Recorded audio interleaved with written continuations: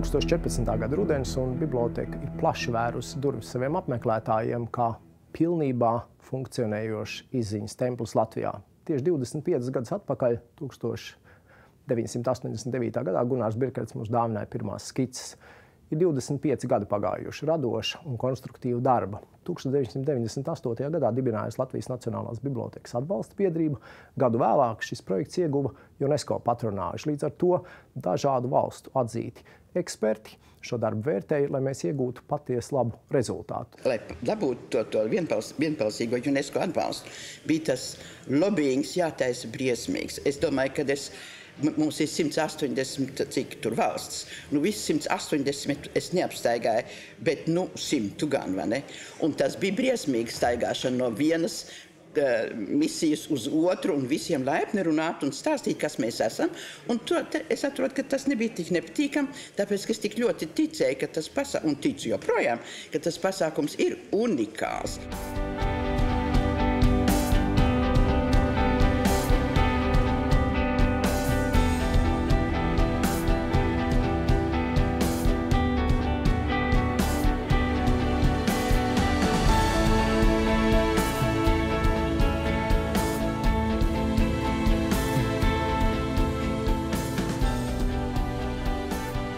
Es tik skaidri redzu to ap mūsu biblioteku, kā tas Pārdaugavas stūris, kas varbūt, paldies Dievam, ir bijis atstāts novārtā apzināti, ja, lai kaut kādā brīdī Rīga varētu tieši tur attīstīties un veidoties par jauno Rīgu.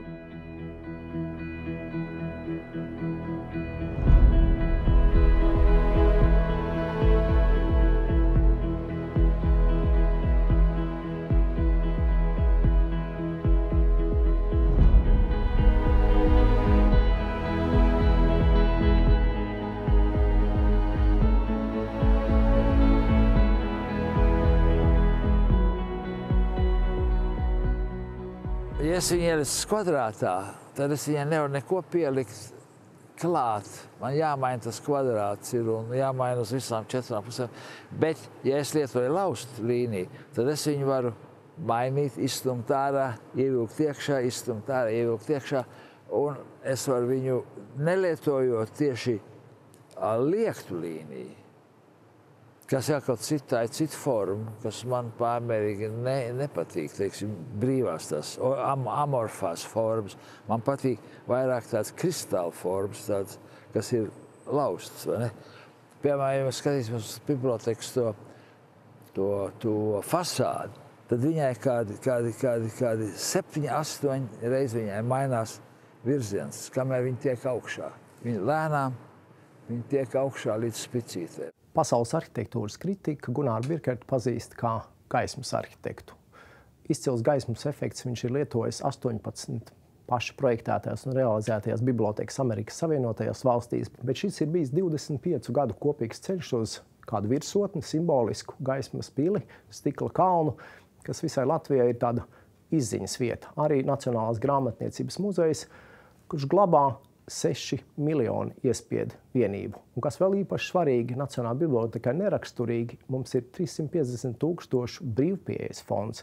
Tātad plaši atvērts plašai publikai. Tas, ko sniedz rakstītais vārds, vienalga kā viņš ir rakstīts, būtu maziem bērniem jau jāatver, jo tā ir absolūta pasaule, kas atverās. Biblioteka kā kultūras centrs, kā pētniecības centrs, kā sabiedrisks centrs ir kaut kas ar fantastisko potenciālu, ko tikai ir jāprot izmantot un ir arī jāprot piesaistīt ne tik vien valdības vietējās līdzekļus, bet arī privātos donārus un draugus no tuvienes un tālienes. Biblioteka šodien ir ne tikai krāšana celtne, simboliski Daugavas kreisajā krastā, bet arī tāds multifunkcionāls kultūras un izziņas templis.